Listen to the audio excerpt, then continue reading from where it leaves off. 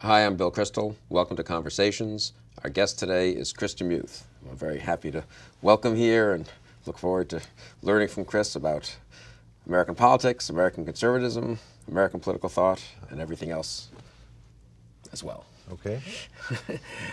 So you went to Harvard, went to Chicago Law School, had a senior position in the Reagan administration, head of the most prestigious think tank in Washington, the American Enterprise Institute. You've written very interestingly on many, many topics. How did you get into this racket? I got into politics in the 1960s when I was a student at Harvard. I was not highly political or formed. I was a good liberal in the sense that young men and women are good liberals. I thought that liberalism was the natural position of an intelligent, well-meaning person. I saw problems in the world. It seemed to me that government ought to be out solving those problems. And we were in the midst of a genuine political revolution in policies respecting black Americans, the Civil Rights Revolution. I grew up in comfortable circumstances, but my father always made a point of taking me around the rural South and showing me the segregated life of the South. He was a jazz aficionado, and we would go listen to jazz on the South Side. So I was very committed to the cause of civil rights. By accident, I went to work in a political campaign one summer. A neighbor of ours, Charles Percy, was running for the Senate. He won the race. This was in 1966. And a liberal Republican, right? Liberal Republican. And in those days, the Republican Party and the Democratic Party both had liberal and conservative wings. I fell in the course of the campaign with some people back at Harvard in the Ripon Society, which was known as a liberal Republican, brainy people at Ivy League universities and so forth, looked down upon by many people in the party itself. And we thought of ourselves as liberals. Nelson Rockefeller and Pete McCluskey, people like that were our heroes. In retrospect, and I should say, many leaders of the conservative movement came out of that milieu. Peter Wallison at the American Enterprise Institute, George Gilder, many others. What we were was pro-civil rights libertarians. We were for the negative income tax. We wanted to abolish the draft. We wanted a professional military. We were great admirers of Milton Friedman. But the organizing issue, the most salient issue of the day was civil rights for black Americans, and that was a central concern of ours. Barry Goldwater had voted against the Civil Rights Act, and that had divided the party, and that's how we saw ourselves. And one forgets how much being a liberal Republican then was disagreeing with Goldwater on civil rights as much as anything else. That was the defining issue. The second was stumbling into a friendship with a professor at Harvard named Edward C. Banfield. Right. I first encountered Banfield in the form of a pamphlet published by the American Enterprise Institute, which one of my professors had assigned, I think, as an example. They were trying to bow toward diversity of intellectual opinion, and he had written a piece on foreign aid. It challenged every doctrine, every precept, every pro-foreign aid argument, root and branch. And I remember being astounded by this publication. I knew it had to be wrong. So you were an undergraduate at Harvard at this point? This was actually my freshman year. It was the Introduction to Government course. But it was argued with such lucidity, and it acknowledged the arguments. It made the proponents' arguments better than the proponents did.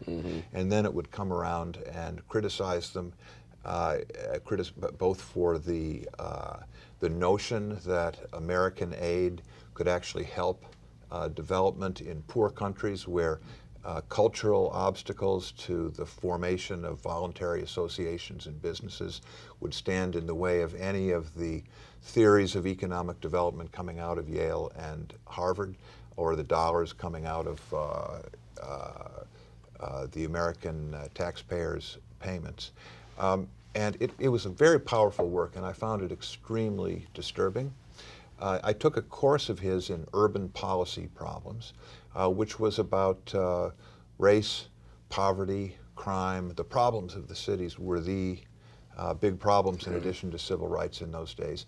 And I found in Banfield a man who was on one issue after another offering arguments that I'd never heard before, challenging liberal orthodoxies, but doing so from a position of profoundly informed scholarship and assigning us works of sociology to understand the particular problems of lower class consciousness.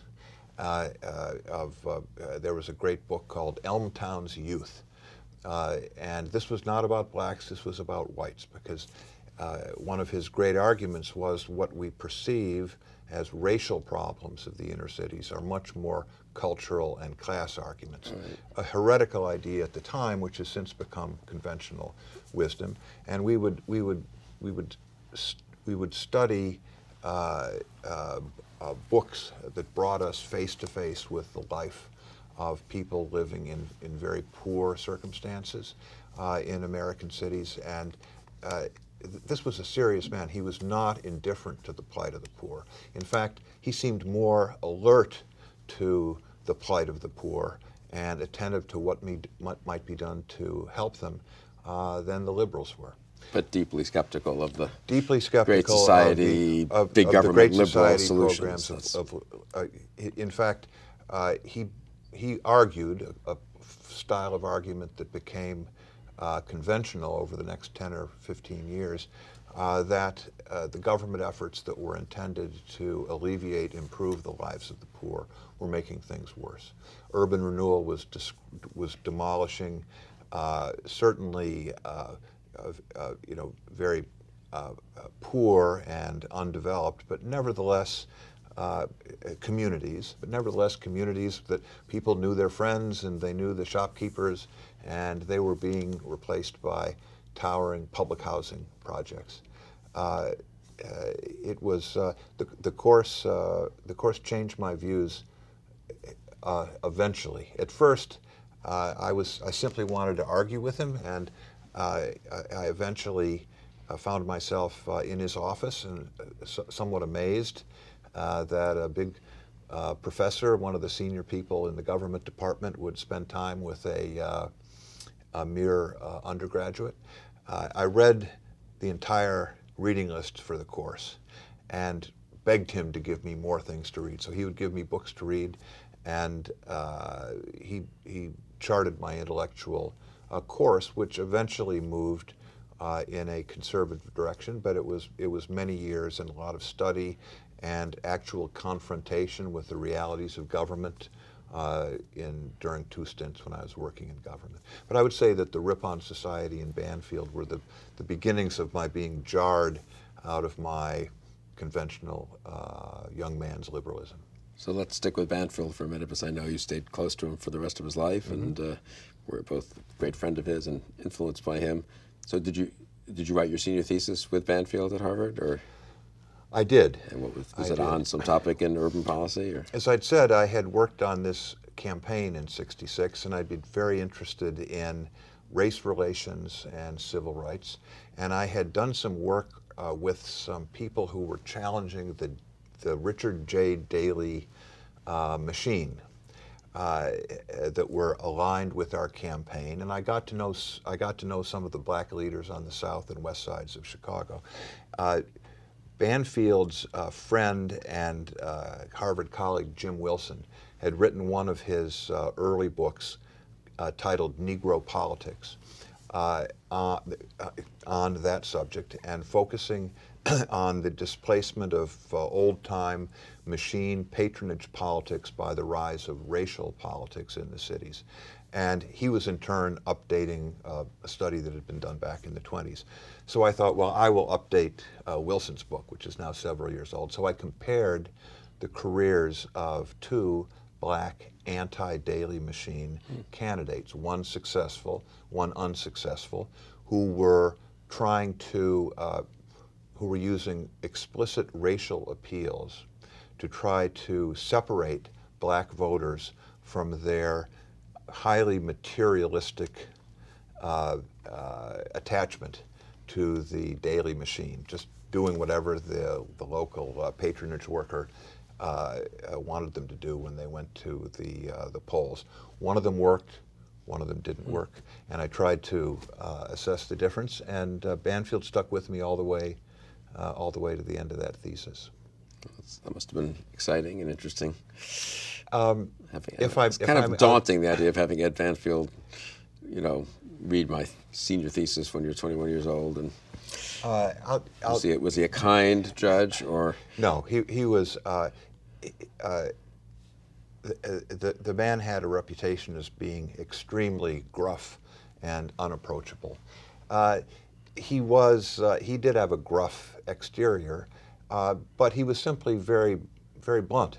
And he had decided, he was a former journalist. He'd worked in the New Deal for Rexford Tugwell. He had learned a lot about the shortcomings of government planning and the inability to get people to cooperate. He defined the social problem, the political problem. How do we get people to cooperate? And the New Deal programs in trying to get displaced farmers into new communal, collectively based agriculture programs had been failures. So he had had his disillusionment that had inspired his career, and he took his work very seriously. What was unusual about him is that he took your work as a young undergraduate, and he was a model of a serious scholar. And he regarded his obligation to tell you the truth about the weaknesses of your arguments, of your logic, of your language. And he enjoyed being a contrarian. He loved argument. But he was also, he introduced me to your father, Irving Kristol. He introduced me to Pat Moynihan, Milton Friedman, Jim Wilson, all sorts of other people. He was an extremely sociable, good-natured person. But the depth of his learning was astounding. So I think working together, we eventually got a respectable document. If I can tell you one little story that came out of this about it was in about 2006. I found myself sitting with Senator Barack Obama for several hours on an airplane together, and he didn't have any staff, so it's just the two of us talking. And I told him about my days on the south side of Chicago. I'd done a little community organizing, and I'd been very interested in the theories of Saul Alinsky to use anti-government rhetoric to rouse ordinary folks who didn't care about politics from their torpor and get them out to take their civic responsibilities more seriously, that sort of thing.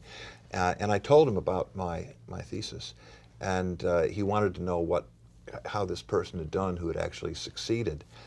And I said, it's very interesting. He had several great terms as alderman, but as he became famous around Chicago as somebody who had taken on and beaten the daily machine, he became lionized by the affluent liberals on the north side, and he started spending all of his time outside of the community and with this larger left-wing political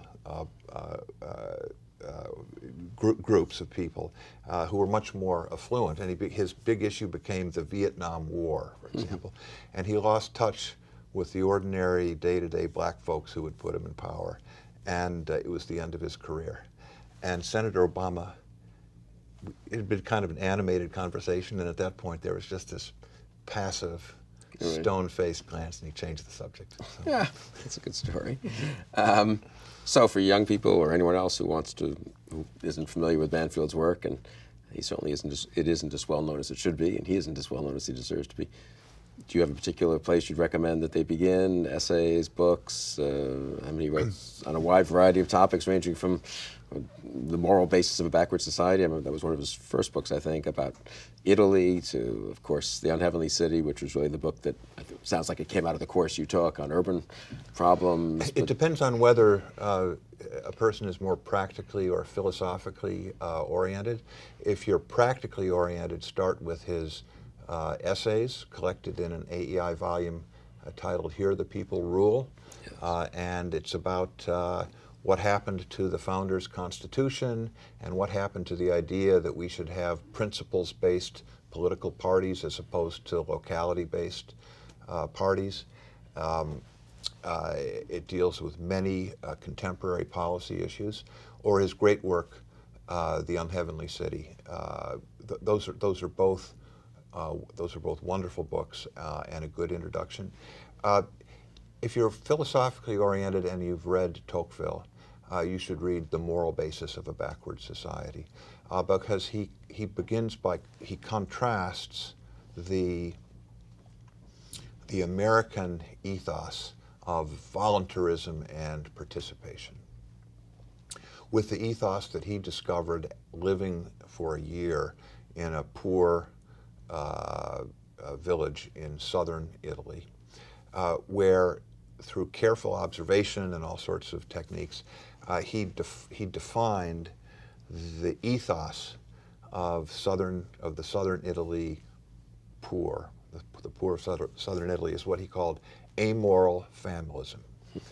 By that, he meant that people understood behaving generously and giving to others within the family unit. But people absolutely had no conception that outside of the family unit, humans could cooperate and create a positive sum game and create an association or a church or a corporation. It was nature red in tooth and claw outside the family, so we take care of our own. That is a society that is not going to develop, no matter how much foreign aid or how many well-intended programs come down from on high. And it contrasts so strikingly with what another observer, Tocqueville, found when he visited America, and it makes a wonderful pairing. And this work has lived. It is central to the work of Robert Putnam, many important political thinkers today. It continues to be cited, and people continue to do research and argumentation based on, and it's a lovely, very sparely written, fascinating book. Yeah, it strikes me Banfield had so much influence certainly on my father. I remember him recommending The Unheavenly City to me when I was, 18 or 19 or something like that. Just maybe the one book to read if you were going to just try to get a sense of current public policy debates, especially urban policy, domestic policy. And Jim Wilson, who we'll discuss in a few minutes, but who was a student and then colleague and such a close co-author with Banfield in many ways. But Banfield himself is, why do you think, am I right that he's more unjustly neglected than even the other unjustly neglected figures? I think that's so, and I think his importance to this circle of thinkers was that he was the first person to develop a strong skepticism about the ability of elites armed with social science and the latest econometric techniques and the latest theories of economic development or how to solve this or that economic problem or the problems of the poor. He was extremely skeptical to hostile to their work. And if you look at the work of Irving Kristol or Jim Wilson and others, Pat Moynihan, one of his most important papers, written in the month after Bobby Kennedy was killed, in despair, was titled "The Professors and the Poor." And it's Banfield. These men they had disagreements with each other, and of course Jim Wilson spent a good part of his career trying to discipline social science and actually extract from it something useful to be applied in practical affairs. But I think all of them began with the notion that our ambitions, going back into the 50s and 60s, and before that to the progressive era, that we could rationalize politics, right, that we could rationalize government, and get human beings to be happier, more cooperative, more productive, because of these discoveries that had been made by these people of complete goodwill and disinterestedness who were in control of the power of the state. I think that originated with Ed.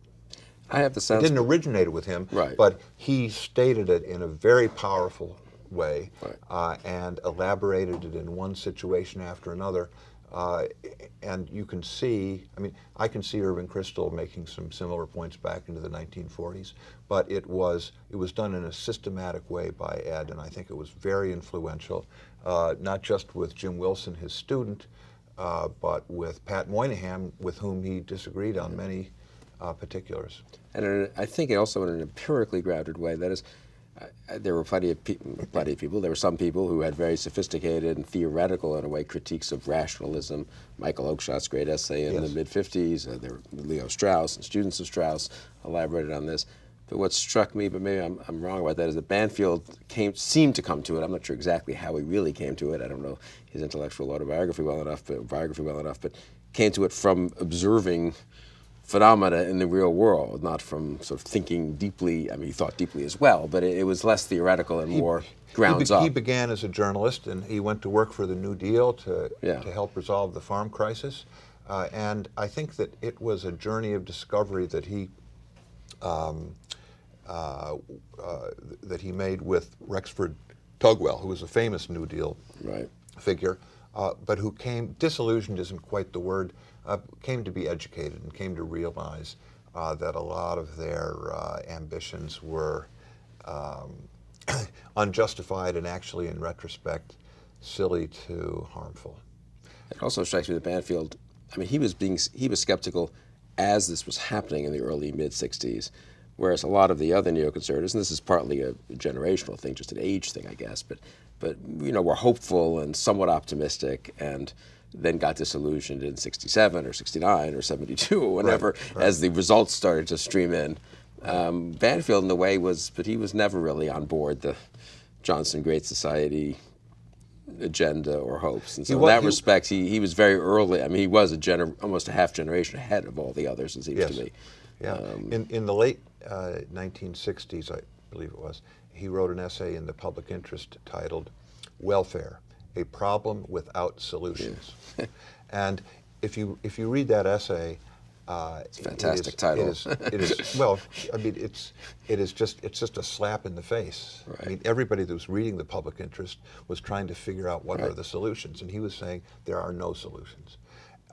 Or if you came up with solutions, anything that you describe as a solution will either be simply describing the absence of the problem. He used to say most government policy solutions coming from academics are in the nature of the solution to the problem of alcoholism is greater temperance in the consumption of alcohol. Or they require more knowledge than we have. They require knowledge of things that we simply do not have. Or they involve problems that are simply beyond the reach of however well-informed the government may be. But whether very few people were willing to follow him all the way, but his bluntness and the alacrity with which he chased down any hope that one might have to come up with a solution and squashed it, I think was arresting to others, gave other people courage, and it also forced other people to up their game.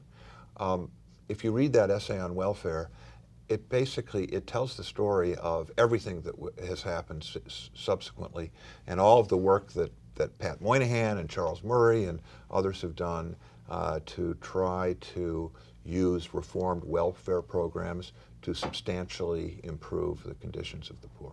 I think the courage is an important point too. I mean, it was so bracing.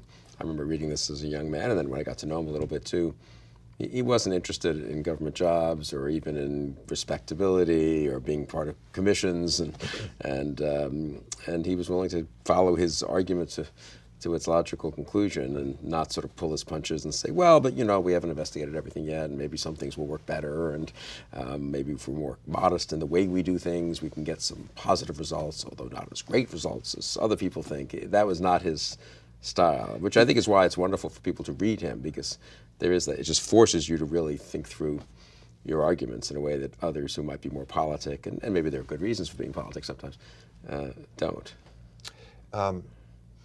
And although he sought, it's not just that he didn't seek fame and fortune, he sought to avoid fame and fortune.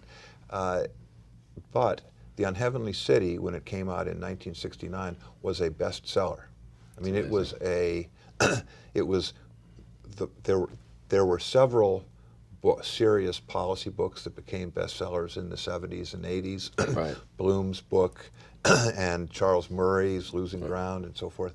But the first of them was Banfield's. The Unheavenly City, I think it was number 1 or 2 on the New York Times bestselling list. It was wildly controversial. He was getting invitations to speak, which he mainly turned down. Yeah, it was sort of, ahead of time also, that phenomenon, which became famous in the 80s, really, and then into the 90s, sort of conservative books that tapped into a market that no one knew existed. Yes, exactly. But Banfield was way ahead, way before, of course, Murray, Bloom. That was mostly a phenomenon, one thinks of it as of the 80s, but... He was attacked savagely often in what we would now call mainstream media, but he actually received an enormous amount of correspondence. In those days, just letters on paper, people saying, this book has eliminated my confusions. It has explained to me what had previously seemed confusing and inexplicable about the world and political argument today. So it connected with lots of people. And final question about Ed Banfield. So you then went to, despite having studied with Ed Banfield, you went to work in Washington in the Nixon White House, I believe, and then ended up with a senior position in the Reagan administration and in the Office of Management and Budget. And did anything and then you were, of course, here at Washington subsequently as very much involved in all the policy debates. Anything you learned that has made you less convinced that Banfield was right, or more convinced, or? No, although my career has been devoted to coming up with ideas for policy reform that he would have thought had very little chance of improving things and quite a lot of risk of making things worse. On the other hand, his attentiveness to issues of culture and practical politics, I think, has shaped my own work very greatly. And Ed was he was not opposed to people going out there and fighting the good fight. I come to think of it, I got my job with Nixon through Banfield. He introduced me to a man named James Farmer, who was head of the Congress of Racial Equality and one of the 4 important national African American leaders, along with King and Whitney Young and Roy Wilkins in the 1960s. He was running for Congress in Bedford-Stuyvesant, and he lost. As a Republican, no? We had 4-party politics in New York in those days. He had the liberal line and the Republican line, and the Conservative Party was not a factor. The Democrats, we thought, were going to nominate a hack crook, but this person was swept away in the primaries by a famous woman who's not known anymore, named Shirley Chisholm. and she was much more. Jim was of the old integrationist persuasion. He had a white wife, and he had a white campaign manager. I fixed that pretty quickly. And Shirley Chisholm was much more part of the real black community, very attuned to the new ideas of black power, and they beat us terribly. And I didn't have a job. I didn't have any job prospects. But What is this, 1970? This is 68? 1968. 68. And but I had some friends that had been working on the Nixon campaign, and they asked me to come down and work as a volunteer on the transition, and I did. And I introduced the president-elect to Pat Moynihan. He had read that piece, "The Professors and the Poor," in Commentary magazine, and it resonated with him. And he said, "I need some Democrats at the White House, some serious Democrats." And I knew Pat a little bit. I introduced them, and a month later, I was short of the unemployment rolls. A month later, I had an office in the West Wing. So it was. America's a great country. Well, it was. I tell young people that a great thing about going into politics when you're young is that, unlike the professions or business or the academy, all of which have hierarchies that stand in your way and you have to climb very slowly, the great thing about politics is the hierarchy gets blown away every 4, 6, 8 years, and people are looking around for young people. You've seen this, I know, when you first came to work in Washington, and that happened. And I just happened to be there, and got thrown into a position vastly beyond my qualifications or abilities. I remember coming to Washington myself a few years later, and you were very well. I was told, go see Kristol and DeMuth. He's several years ahead of you, and he'll be a fantastic guide and role model for what you were, incidentally. So, Banfield was intellectually tough. He did not sneer at the man of affairs. Right. And I just can't let this go by without asking you about Nixon, since he came up, and I've always been I met him a few times later. I met him, I guess, once or twice when I worked in that one summer in the Nixon White House, but that was purely a photo op. But after you'd left office, I remember being invited to a couple of dinners, and he would have young people around and sort of show his wisdom about the world, which was impressive. But you've dealt with him in a much more serious way. I did. What's your actual judgment of him? I'm curious. I mean, he's become such a caricature in a way. And yes, well, he was a. I don't know if I want to use the word tragic, but he was a tragic character in the sense that he had very, very strong positive traits, wonderful traits, admirable. He's a man of admirable character in many respects, and of deep flaws. And many of the flaws were just aspects of his strengths. He was a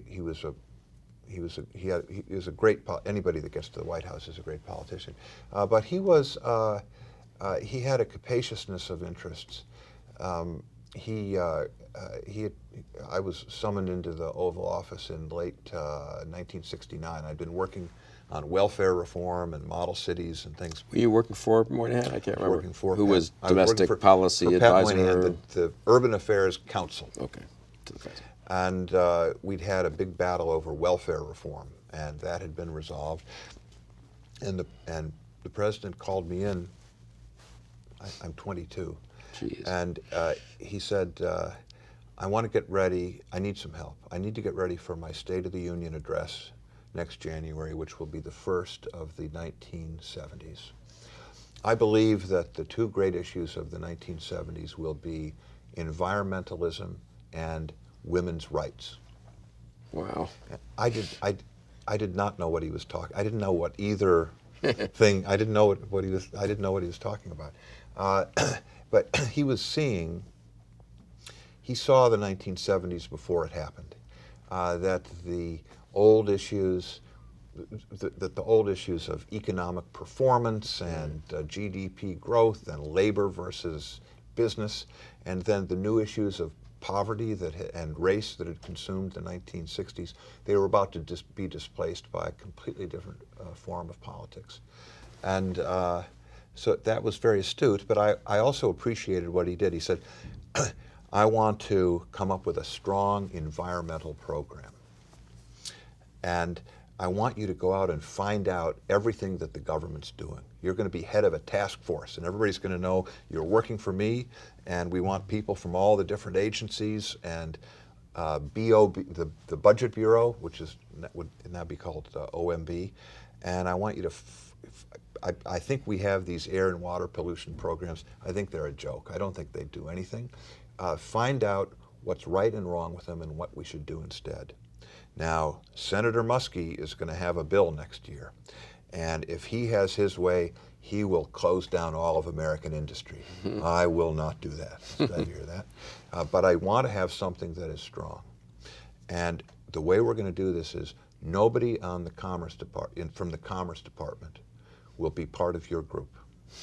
Because if they are, Secretary Stans of Commerce is going to have all the business people in here, and they're going to make it impossible for us to have a strong environmental program.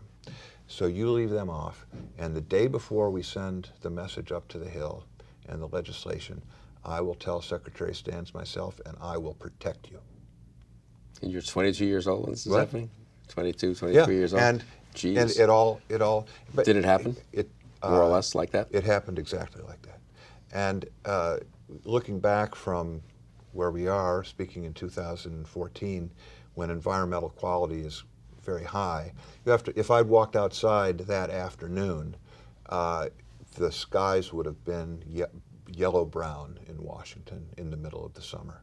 And we had no industry, it was all automobiles. But the levels, the Cuyahoga River actually did catch fire. Right. And the environmental problems were serious, and he wanted to do something about them. He was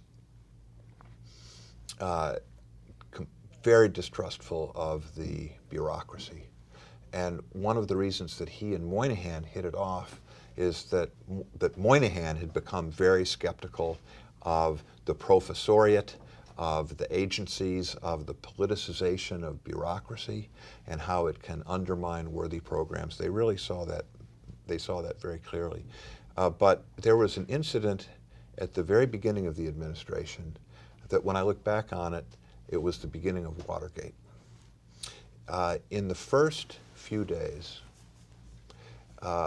Moynihan convinced the president that he should do something right away to clean up 14th Street. During the riots following the murder of Martin Luther King in April the previous year, blocks and blocks of 14th Street had burned for 5 or 6 days, and they were just hulks standing there, block after block after block. Not many, less than a mile from the White House. Nobody had done anything about it. It had been tangled up in the politics of community action and the war on poverty and neighborhood groups and business interests trying to get hold of the land, and nothing had happened. And the federal government was responsible for Washington then. Yes, when there wasn't home rule, you really there was a government, but it was more directly. A ward it was more of federal. the federal. Yes. Yeah. We wanted to do something to show Republicans can get things done, and we're going to do something to improve the lives of ordinary folks in Washington, and it's going to be one of the first things that we do. And I was instructed, along with one other person who's now a U.S. Senator, Richard Blumenthal, to come up with a plan where we could do something immediately. And our basic idea was to just knock down some of these burned out old wrecks and put down asphalt and make basketball courts. Just do something immediate that people could enjoy. You could do it really, really fast, and then we'll argue about the reconstruction, and that'll take a year, but we're going to try to make that happen too. So we found a pocket of, and the other thing was, do not let Secretary Romney or anybody at the Department of Housing and Urban Development find out. because they were, I mean, It's good that you spent a lot of your time in the White House preventing cabinet officers from finding out what was yes, happening. no, it was always, we were scheming against the bureaucracy and the president's own appointees that were the head of these big organizations, because now that they were in charge of them, they couldn't be trusted. So we found we found money at HUD. We found a organization, part of the District of Columbia, that could accept the money. We found how they could make contractual commitments and hire people. We even found, with the right trucks and land that we could at least move in on and make a basketball court. We could do all this within a week of arriving in the White House. We just did all of this. And Secretary Romney was told a few hours before there was going to be this event up on 14th Street with the president. We were not staff. We were line, is what I came to realize. And the President Nixon, he just distrusted the bureaucracy, including his own appointees, so deeply that he converted the staff and grew the staff and treated them as the government. And we were operating as line officers of government without any of the checks and balances and institutional flywheels that work on that. And on this humble little case, we didn't get into any trouble. But as the years went on, I saw that we were running everything, including if we could run HUD, we could run the FBI, we could run the IRS, we could run the CIA. And it was that mindset of this government with all of this power and presidential prestige, but without any breaks, operating quietly in the background, was an important component of what eventually metastasized into Watergate. That's very interesting. That's great.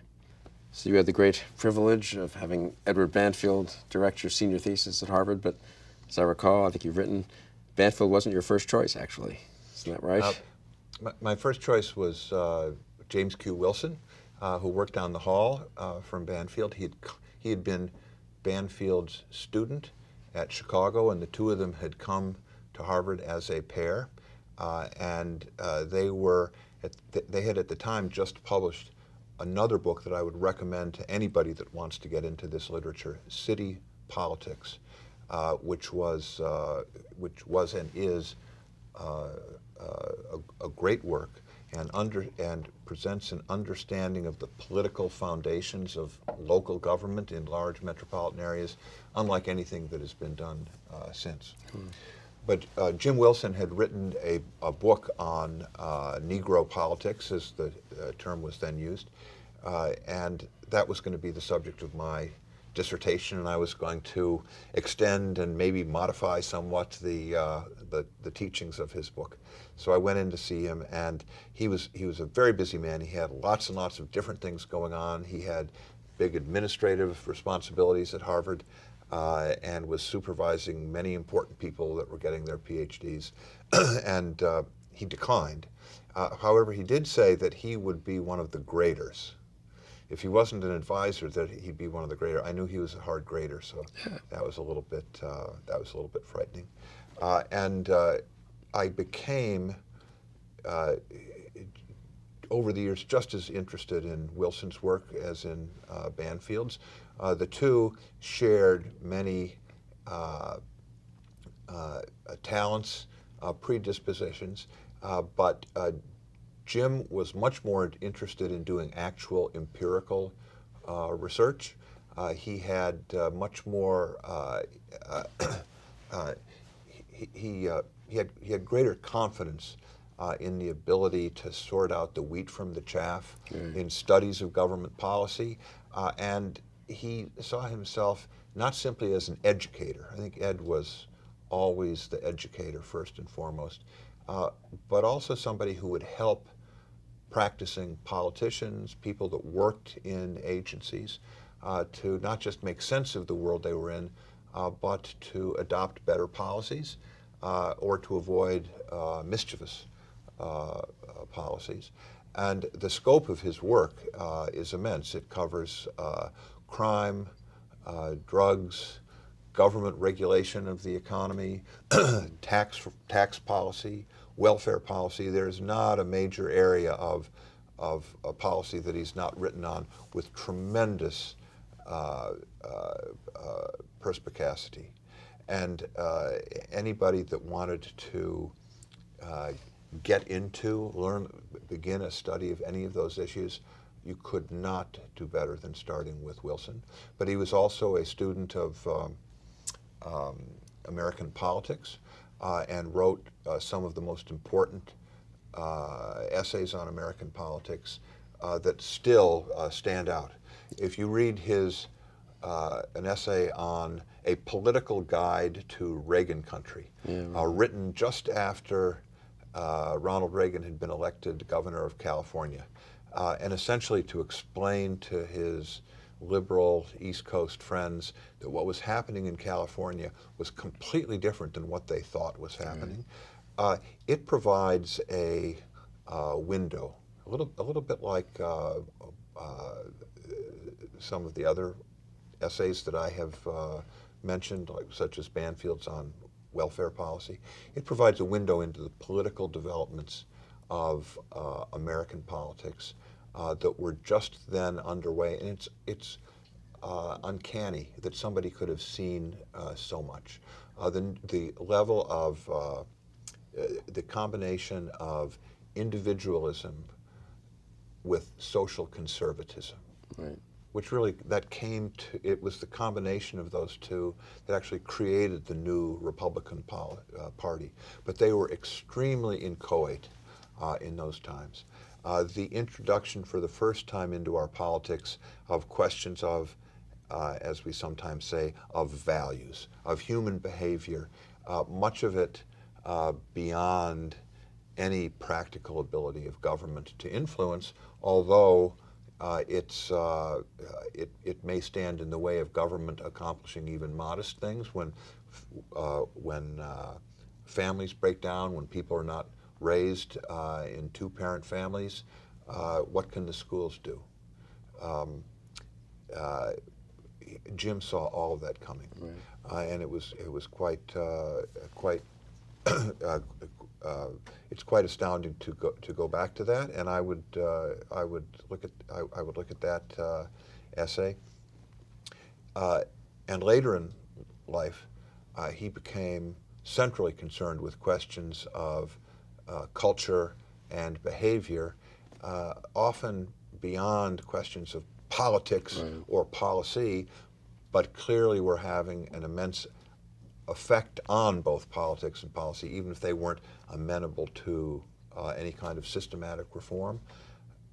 So the scope of his work is just immense, and I haven't even mentioned bureaucracy. Yeah, no, that was what, for me, was my introduction to Wilson. One of his two great books, to understand the incentives that are behind right. the activities of big bureaucracies, from the Social Security Administration to the Food and Drug Administration to the United States Navy. And it is still the work in the field. And people that work in the bureaucracies, if they are actually serious about their work, they all read that book. They all read that book. That's today. interesting. Now, I'll intrude on your time to say that when I came to Washington in 1985, I'd been an assistant professor. I was mostly in political philosophy. Yes. I came to work for Bill Bennett at the Education Department, and so I read up on education policy. I tried to refresh my understanding of sort of American politics in some broad sense. I didn't really think much about I'm going to work for Bill at the Education Department, and how does one right. run such a department, and how does it relate to the other departments, and how does one think about changing incentives or behavior within that department, or et cetera. And I had taken Wilson's bureaucracy course. I can't remember, my first or second year at Harvard, before the book. So this was the course that became the book. And it had been actually, since he couldn't assign his own, he hadn't written that much at that point about bureaucracy, the readings were pretty boring, a lot of them. They weren't that great, because there was not much good stuff written on bureaucracy until he wrote it. Good, right. So I remember the lectures were very good, and it was a straightforward course. I remember enjoying it pretty much, but it didn't shape me much at the time, I thought. But I realized at some point, after being in Washington 6-9 months, that to the degree I was able to think about what I was doing and have any intelligent thoughts about, gee, maybe this is not the right way to do something, a very high percentage of my intelligent thoughts, I thought, were coming from Jim Wilson's course, and then the book, which I had read later, and which had somehow sunk in, even though I hadn't really realized it was sinking in. I've always thought the bureaucracy book is incredibly insightful, and that anyone going to work in any government, really, and probably the private sector with a few modifications, could learn a huge amount from that. And I don't know that anyone's really moved beyond it either, as my sense is it sort of stands there unmatched in the field. Maybe I'm... There have been... It has been applied to the understanding of particular bureaucracies, but the idea that these agencies are headed by individuals who will be there for a couple of months, whose careers are not going to be made within this agency, and whose incentives are only loosely related to the successful performance of what the agency does. That beneath the political officials, there are people whose whole careers are in these jobs, but are often assigned jobs that are impossible to do, so they will be blamed by the politicians when they fail. Or they are given assignments that are antithetical to what other people in the agency have been assigned to do, so that there are these intense conflicts. And there's nothing resembling the market mechanism that applies to even very large bureaucracies in the private sector to force, pitiless information on how the agency's actually doing to the attention of people at the top or in the middle. That these circumstances are important, but it also can lead you to imagine things that can be done to reform the bureaucracy, and Wilson gives us several examples of successful bureaucracies. The Social Security Administration, before it had to make determinations about disability, was a very well-run, high morale, high prestige bureaucracy because it had a fairly simple, straightforward, uncontroversial mission. To be able to say that doesn't mean that we can come up with a scheme for making the Food and Drug Administration agency that promotes the public health instead of repressing the public health. But it gives you an understanding of why things are going the way they are in Washington. Yeah, no, I think that book remains incredibly relevant. As president of the American Enterprise Institute, I think Jim was he head of your Council of Academic Advisors for the entire time, I think. Jim, even more than Ed, did a lot of serious advising, and I don't mean he was on some advisory council. He would be called in. He went in. Pat Moynihan had him go in and see President Nixon several times to talk to him about crime and educate him about crime and what the federal government might or might not be able to do to improve matters. In his later work on intelligence, he was a member of the President's Foreign Intelligence Advisory Board and had a very distinguished career there. When I was running the American Enterprise Institute, he was my chairman of our Council of Academic Advisors that reviewed research plans, evaluation of scholars, advising me on all manner, and we would talk every week, and so he was somebody who lived in the study and for the classroom primarily, but was always closely involved in practical affairs.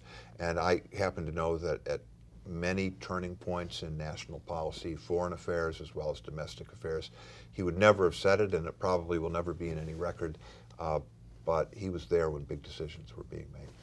And my impression, I didn't know him nearly as well as you, is that he was a very pleasant and gentlemanly man, I would say, but there was a real toughness there that wasn't visible always on the surface, my sense is, and he would stand by his friends. And he was sociable amiable. Right. He loved the Red Sox. He kept up on the NCAA brackets. You know, he knew all about all of those things. He was interested in music and cooking and food. He was very companionable. But like Banfield, he was intellectually tough as nails. And he would be very agreeable in explaining to you that your intuitions about something actually weren't correct. And he believed that people's intuitions often were correct. He had a great confidence in what we would call the common sense Right. of the matter. But he also knew that we could learn that the common sense wasn't correct, and there were other things going on. And he could be. There were times not at AEI, but involved in some grant-giving foundations that I was involved in with him, where there were some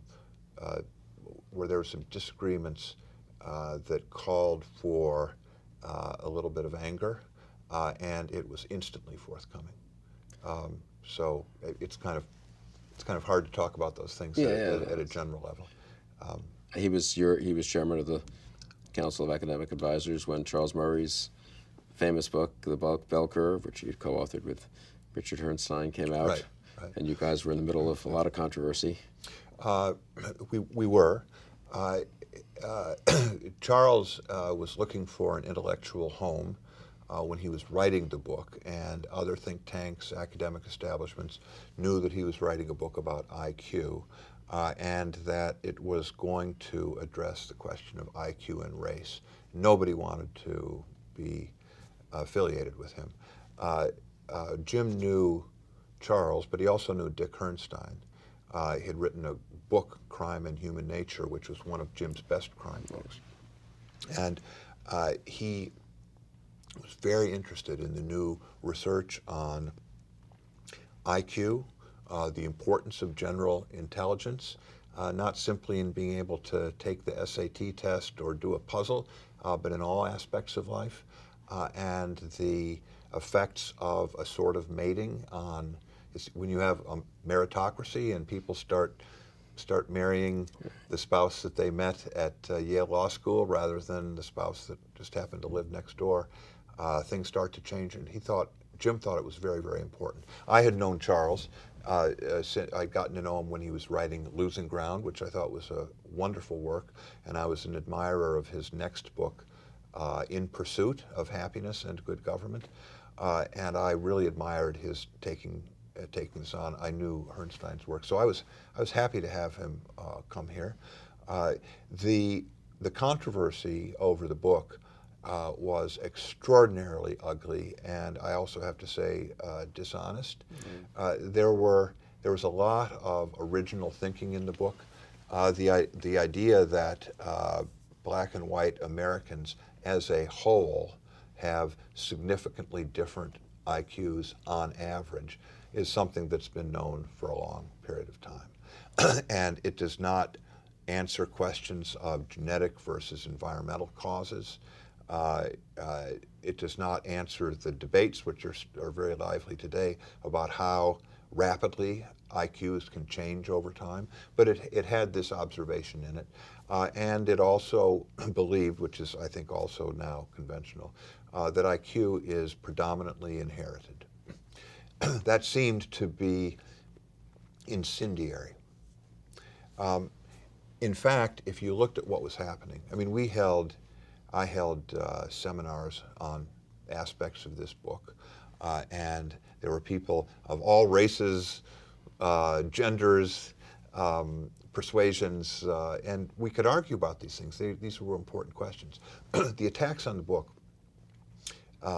were inspired in part because Dick Herrnstein had died before it was published, and it would have been harder to attack a Harvard professor than a think tank person, even though Charles did have a pretty big reputation and he'd done some clearly important work before the bell curve. But the big thing was the bell curve. This is what is truly revolutionary about the bell curve. The bell curve is a refutation of the central tenet of modern progressivism, that there are no constraints on our ability to improve the world. That the world is plastic, and if we have sufficient good intentions and energy and enough power to actually get things done, we can improve the world. The bell curve says that in one area after another, in education, in employment, in many of the attributes of success in modern life, the government's ability to improve things they're not saying it's zero, but they're saying there is a constraint in human nature that cannot be budged, certainly not in the short run. And it was this fundamental attack on progressivism that made it clear to many people on the left that Murray had to be destroyed. And to make that argument against it, it's a little too abstract and so forth. So they glommed on to the race issue and made it appear as if this was a secret racist tract, which it wasn't at all. So it was a very ugly time, and AEI, its donors, everybody around here was extremely supportive of Charles, and it's something that we're all proud of, especially because it's a great book, and it is a book that people are going to be reading a century from now. And on the topics that were so controversial, one after another has been vindicated so powerfully by subsequent research. It did cause one piece of controversy. The New York Times magazine ran an article about Charles, which was, as we say in the trade, a hit job, as it turned out. They were very nice to him and just turned on him. And they had a picture on the front of Charles, and it was taken out of doors, and I think the photographer probably took 200 pictures, and they took one somewhat, he's kind of squinting in the sun, he looks somewhat demented. Of course, they went with that one. I saw the other pictures. He's a very handsome man. Good other pictures. The title was America's Most Dangerous Conservative. And that was too much for Robert Bork, Gene Kirkpatrick. A lot of people are, I said, I thought I was America's most dangerous conservative. But how did you reassured all your other scholars? I said, in my view, you're at least as dangerous. That's just the New York Times judgment, really. I want to ask one general question. You've been so central to all these public policy debates for decades. I mean, on the one hand, looking back, one thinks Ed Banfield was kind of alone in his skepticism about big government, social planning. It's become pretty commonplace now, and an awful lot of what Banfield, Wilson, Murray, my father, many other people who wrote has been vindicated more or less. And then, so on the one hand, it's been assimilated in the culture. Yeah. Certainly among intellectuals, if you went to Harvard today, you would find people understand these arguments. These men created the arguments. And I think some politicians even will sort of, in their Yes. own way, can put forth a version of these arguments as to why they don't trust the government to do A, B, or C, and why we shouldn't have some huge program. And you hear about unintended consequences. I think that was a pretty unusual phrase. I'm not sure where it came from, actually, when in the early years of the public interest, if it has some particular origin in someone's work or just was floating around. But you can find it in a famous sociological essay going back to the 30s. So it has some antecedents, and it has an antecedent in Adam Smith. The invisible hand is it's the obverse. We're all pursuing our selfish interests, and we're creating a general public interest, no part of our intention. So the idea, Mandeville, you can find some of the same things. But it was the public interest crowd, the neoconservatives, not just the people we've spoken of, but also Nathan Glazer and others who just looked at one after another social program and then later regulatory program and found that they were making the very problem that they were addressed to worse. They were not just ineffective, they were perverse. And that really got the attention of the well-meaning, earnest reformers of the time. On the other hand, government is bigger than ever. Reformers are more earnest than ever. That's true. We have Obamacare and Dodd-Frank and all that. Should one be optimistic about the last 40 years or 50 years in that respect, or pessimistic, or do good ideas not have consequences? Yeah, I don't. I'm not. I'm not interested in whether my ideas are optimistic or pessimistic. Yeah. I think that people are more wary about government, and we're in a period of liberal, progressive triumphalism. So, but we shouldn't forget that the public opinion is very deeply divided on these matters, and skepticism about government is very, very high. Right, that's true. The Obamacare implementation of the past 7 or 8 months is a sort of civics education course to the entire public about unintended consequences and how government says it's doing this, but it's actually doing the opposite. Many things that were supposed to be getting better are getting worse. So we can see all of these things. Having said that, the government has gotten larger, and there have been new problems. I would say if we wanted to look for a source of these problems, it's not that people have insufficiently read and appreciated the works of Kristol and Banfield and Wilson, as that the political developments that these people identified, the breakdown of all sense of constraint. I said a moment ago, the real sin of the bell curve was to say that there is this constraint in human nature, but progressivism can be thought of as trying to overcome all constraints, and technology, affluence, education has made this an almost popular creed. What life is about is self-actualization, the elimination of barriers to my happiness. And this idea has pervaded our politics. And the committee structure of Congress, which used to stand in the way of many ill-considered initiatives, has been completely deconstructed. The political parties, the old civic elites, editorial page writers that people actually took seriously, those things do not exist anymore. Anybody can go in business as a policy entrepreneur. You don't have to wait your turn if you go to Congress. You can start working on behalf of one or another national group. Forget the hometown folks in your district. So our politics has become atomized, and the public wheel, government, has become this free good that anybody can tap into. And it's not as if people are making arguments that agricultural supports or food stamps or other programs are actually really, really good, and they have out-argued the conservatives on the merits. That is not what is happening. These programs are not succeeding on the merits. They're succeeding on power. And we've made a new discovery, which is actually post the work of these people that we've been discussing, and that is that we can borrow money, not for emergencies or investment, which is what we used to do, but we can borrow money to finance transfer programs, in other words, current consumption. And once that gets going and the public gets used to the fact that the government is providing more benefits today than taxes to pay for those benefits, you build a new engine.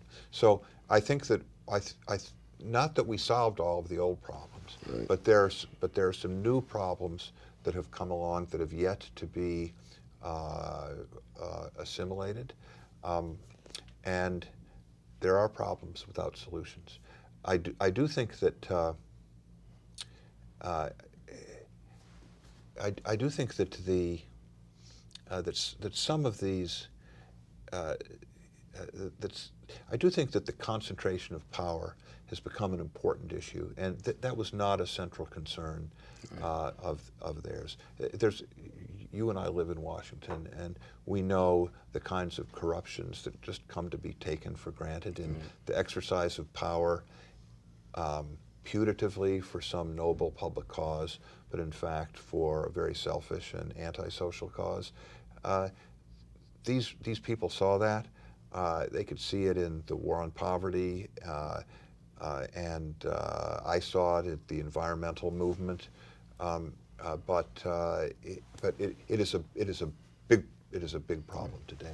So I do not think that these people failed. I think that Jim Wilson, in particular, made many contributions to crime policy that we've seen positive results. I think that he made important contributions to the abortion debates, many contributions to the organization of intelligence, of foreign intelligence that have had important practical effects. And so you can trace successes, we can trace failures to these people as well, but they did not lead wasted lives. No. And I've been teaching courses on the works of these people, but including also your father, Irving Kristol, Pat Moynihan, Friedrich Hayek, and the 60s and 70s were a tremendously fertile time, and they produced many, many great works of scholarship that we still don't, I think, sufficiently appreciate how great they are. And you can understand so much of our current dilemmas of government today by going to these authors. Couldn't agree more. Let me ask you about another thinker whom I believe you knew somewhat, and who I know you've taught and who influenced you, Friedrich Hayek. Not a neoconservative, not an American originally, not quite like Ed Banfield or Jim Wilson or others, but I think someone whose influence has grown over the years as more and more. I feel this personally, Yes. that someone I once thought, well, interesting, but not really central to our problems. Now I would, any young man, if he asked me, or woman, what 5 or 6 people should I read to start with to think about contemporary politics, I think I would include Hayek. I agree with that, and we would think of Hayek coming from an earlier tradition that we would now call libertarian. Right. He was not actually a libertarian. He was a classical 19th century liberal, and there were disagreements between Hayek and the neoconservatives. Right. Your father, Irving Kristol, was a great admirer of his, but also criticized many aspects of his work. In particular, a passage where Hayek says that we should not expect the economic order to be a just order. Right. The distribution of rewards will not be just. And I think that was a mistake, and I wish that we could have gotten the two to them. I think that Hayek actually would have moved. He was a very courtly gentleman, and he loved argument, and he was not. And his views evolved on many things, and I think he probably would have understood and acceded to your father's point. We tend to think of the neoconservatives as coming out of believing in government but being disillusioned by the bad results, and the libertarians being more of a creed, proceeding from an axiom through deductive reasoning, maximizing freedom. So there are some tensions there, but Hayek's work intersects with the neoconservatives in important respects. His earliest, I'll mention two of his works that are great and relatively accessible among his enormous corpus. The first was his article, "The Uses of Knowledge in Society," which this one article ended all intellectual pretensions of socialism, both at a general philosophic level and as economists had worked out the mechanisms of control. With the argument, I will state it too briefly, but that's all we can do here. You can read the article, that there was no way to centralize in a single agency or person the information necessary to make the sorts of decisions that socialist planners were supposed to make. If we're in charge of making all the shoes for the United States of America, how are we going to possibly find out what is the changing distribution of shoe sizes, or changes in the nature of we need shoes for the rain, or for mud, or for climbing, or for street use. There's an infinity of information that goes into the question of what kind of shoes to make and where to deliver them that simply cannot be put on one desk. It cannot be concentrated. In its nature, it has to be highly decentralized.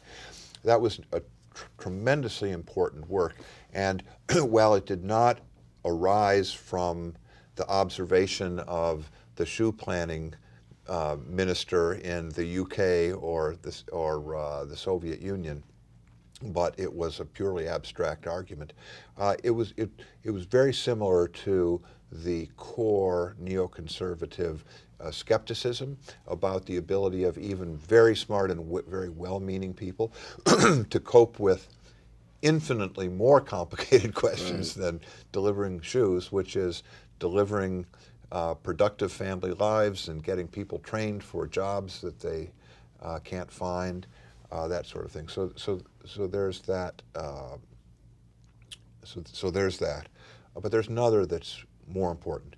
Most people know The Road to Serfdom, but America was never going to become it was written against socialism.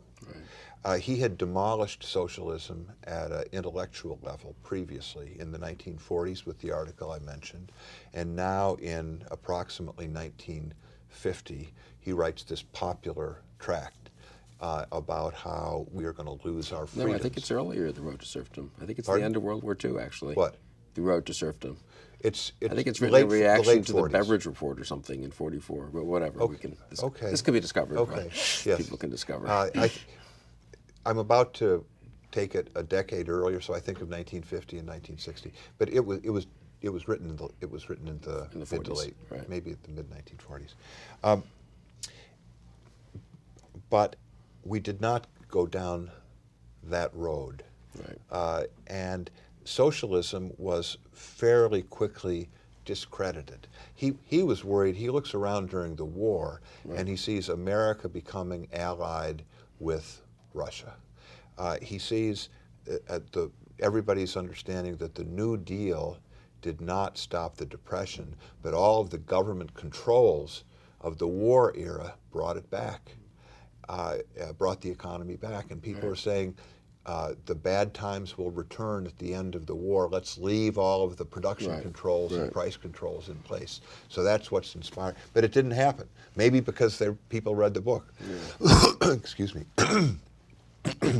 But in any event, he wrote a book that is more pertinent to the times and has more profound intersections with the work coming just slightly later of the neoconservatives in his book, The Constitution of Liberty, published in 1960 and written during the late 1950s when he was in America at the University of Chicago.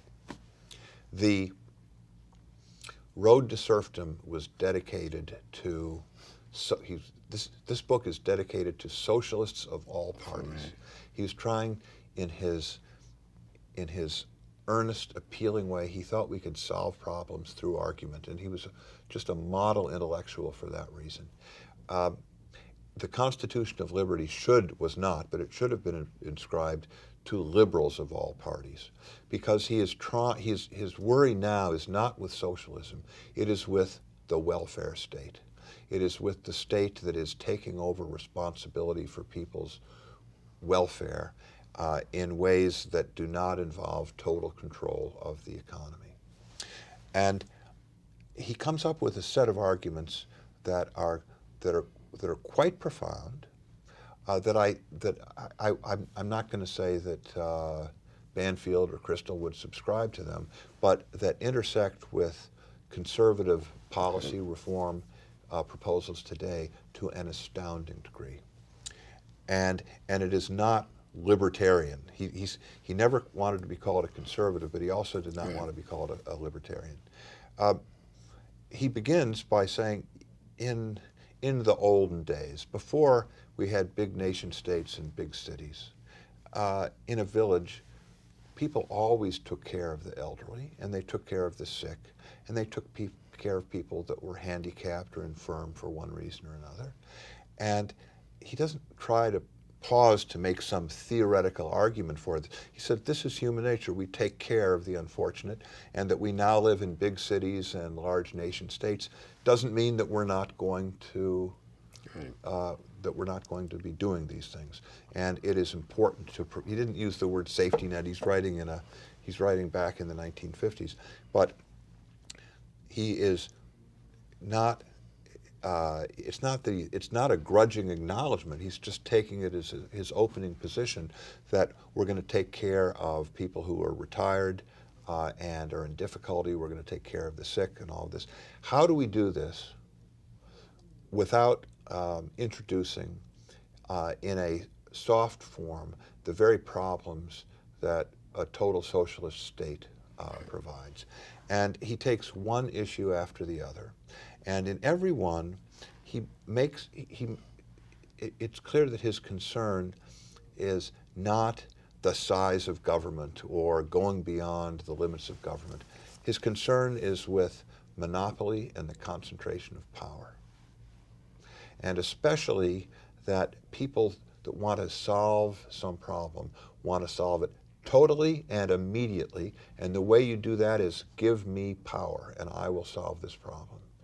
And he presents what we would call voucher programs for health. He would be happy to have a health insurance mandate, not as we have in Obamacare to force you to buy insurance you don't like so that they can get a subsidy to subsidize my insurance and then do the same trick from me to you, but to make sure that everybody takes responsibility for their own health and doesn't try to free ride off of the infrastructure. He's for that, but he does not want the government to be the provider of insurance. He wants to provide resources. We would call it a voucherizing Medicare, for example.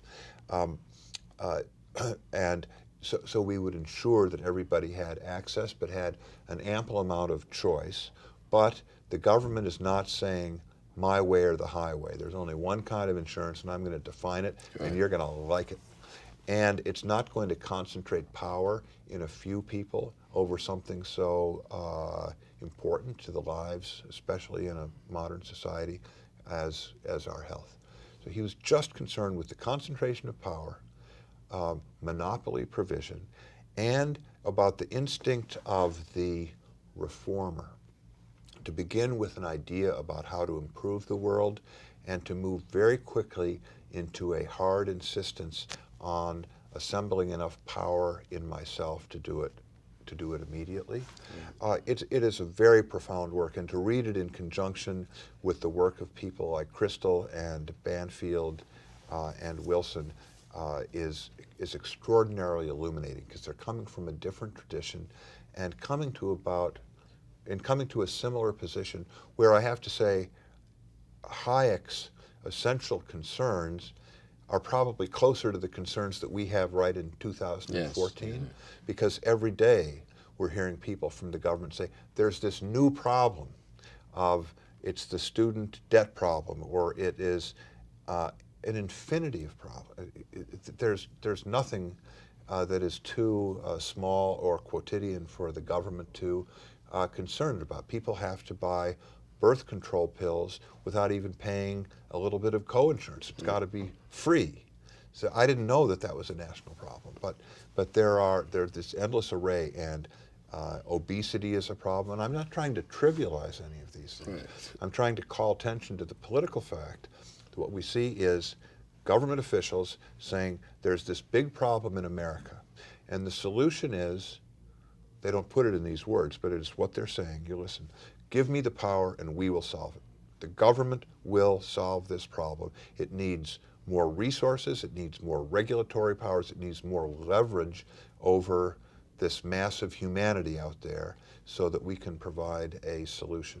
And Hayek saw very clearly that for the major elements of the welfare state, providing a decent floor, under people's ability to have health care and income, social insurance against the vicissitudes of life, recessions and so forth. These are not difficult problems to solve. Right. We are a very rich society.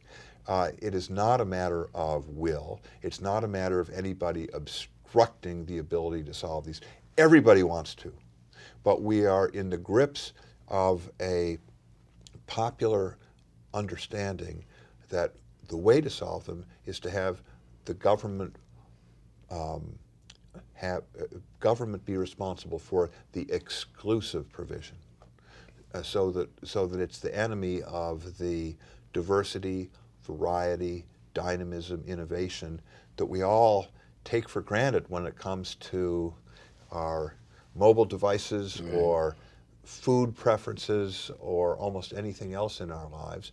But when the government intrudes, it's uniform and it's prescribed. It ought to be possible to get around this, but it seems to be deeply embedded in popular opinion. I don't want to sound pessimistic, because I think there are a lot of people that understand this, and I would have everybody read Book 3 of the Constitution of Liberty, because it's a great early adumbration of the problems that we see today.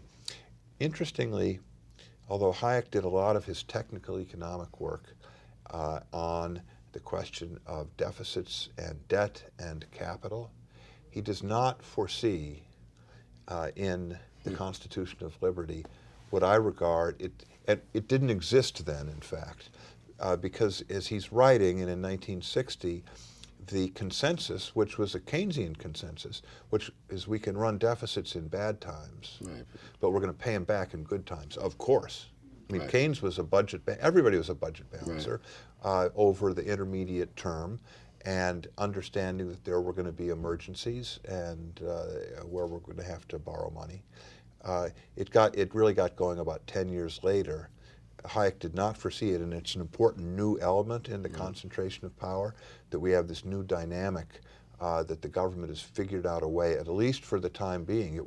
It will not last, but for the time being, to provide greater benefits than taxes to pay for those benefits. So he did not foresee that, but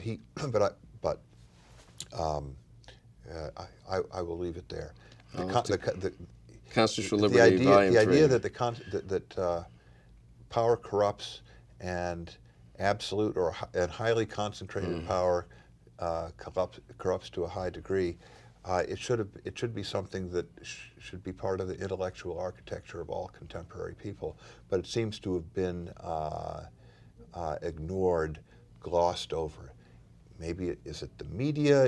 I mean, I don't know how we came to this, but the lessons of the durability of that rule keep coming back, and Hayek saw it very clearly. I'll have to go back and read Part 3 of Constitutional Liberty. What struck me the most reading Hayek were, I guess, two different things, which one was, I do think I don't remember how explicitly he picks up on Tocqueville's understanding of soft despotism, but that really is something he saw very early, that it was not so much, I mean, there was the Orwellian problem of the boot in the face and Stalin and God knows and all the horrible things of the 20th century, but the other problem is this kind of enervating effect of big government on the citizenry. So Hayek is sometimes, I do think he's a more subtle thinker than some libertarians for whom it's freedom or the state, and that his concern is with the character of the citizenry. And there are forms of social insurance that are fine and don't enervate much of anything. They just provide a safety net, presumably, and other forms that. But there, I do think his work on knowledge and. Now, The Fatal Conceit, was that an essay of it? I can't remember now. That was a later essay, book, the derivative from a short book, derivative of the early piece that I mentioned. Yeah. Yes. That I remember reading and really being struck by. And that I think we've made very little progress on. People have a great belief in social engineering, social control. They pretend to be more modest. So now today we understand that we can't just make people do things. We can nudge them to do things. But that seems like a very deeply embedded part of the modern liberal soul somehow, and businessmen, all kinds of types. You'd think they might They do it in their own business. They try to plan. Of course, everyone tries to plan to some degree. And then they just go into government and they think, well, okay, now we're in government, we should try to plan. And they don't understand anything about the differences between planning in a circumstance where if you lose money, you change your plan, and government where you plan and just keep on going, and so forth. It's that part, I think, of Hayek really is incredibly, speaks very much to Obamacare, Dodd-Frank, all these massive schemes. And it's both the concentration of power and the failure of knowledge, I guess, is one way to say it. Very bad combination. Very bad, but the common combination. And I do think in some ways the more standard libertarian, fears about this, they're sort of overstated often, not always, but we're not going to be dragged off in shackles, most of us, and put in jail, and so that there's a way in which if that becomes the prediction that 5 years from now liberty will be gone, people look up 5 years later and say, well, we still kind of do what we want most of the time, but they do miss. This is where Hayek was so good, I think. As I say, the indirect and corrupting effects of this kind of system. That the capacity for choice and judgment would atrophy when people come to assume that the government will make these choices for them, and this error in believing that people with power can solve social problems and provide something like justice. These people that are providing it, they seem not to be the human beings that make up the society that they're controlling, because we the people have these shortcomings that the people in government have to make up for, but we can only be governed by people like ourselves. So there's a circularity. And I guess Hayek would also remind us, wouldn't he, that I don't know quite if he puts it quite this way, but we don't quite see the opportunity cost of some of these things. So the Food and Drug Administration, which you mentioned earlier, I'm no expert on it, I'm sure, but so they stop certain bad drugs from coming to market. They're super cautious, I guess, in that respect. But you don't know what would have happened if we didn't have the Food and Drug Administration as a very, I guess, large wet blanket over pharmaceutical developments in America. Right? You don't know what advances have been stopped. I was so struck. I read an article a few weeks ago about AIDS. I don't know why I stumbled across it. So as the AIDS, epidemic began, and it was horrible, and people were dying. It was a very powerful patients group, though, obviously, the lobby. And my impression is we made incredible progress against AIDS, much more than anyone expected. And I remember being there in the time and thinking this is going to be a 20, 30, 40-year fight, and it really was, basically won, pretty fast. And my impression is it was won because the patients groups were so powerful that they forced the government to take off all the normal FDA limitations on experiments. You didn't have to have double-blind protocols. You could just, if people thought it would help them, they could take it, And sure enough, that form of Hayekian experimentation, if you want to call it that, worked an awful lot better than central planners saying, well, I don't think that drug's going to work, and this one you'll have to take 5 years to study. I don't know.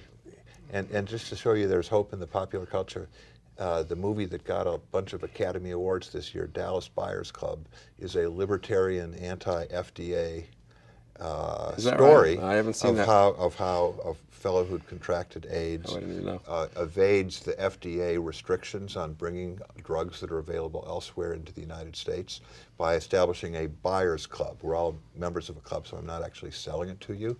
And he doesn't know anything, but he starts to pick up practical knowledge about how some of them don't work at all, but some of them work a little bit. But it was that kind of pressure in the 1980s that led the FDA to change its ways and permitted a lot more progress. You'll sometimes see this happen. If you have a well-organized patient group, a highly sympathetic case, I actually think they've been pretty poor on breast cancer, but that tends to get in the newspapers. But there are lots and lots of diseases that don't get into the newspapers, and their power goes unchallenged. And more broadly, I think the businessmen who, in their own business, Silicon Valley, let's say, where they would know instinctively that, of course, you couldn't predict what development was going to come 2 years from now, and flexibility and experimentation and failure have to be part of the process. They somehow, when these Silicon Valley businessmen come to Washington and lobby for different government programs, it all mostly goes out of the window, actually. and they want, federal health care, or they want a fantastically complicated structure to run immigration, or whatever. Some do. Some do. There's a lot of variety there. There's hope. We'll close on that note. Chris, thanks for joining us. It was a pleasure to be here. Thank you, Bill. I really enjoyed it, and join us next time for Conversations.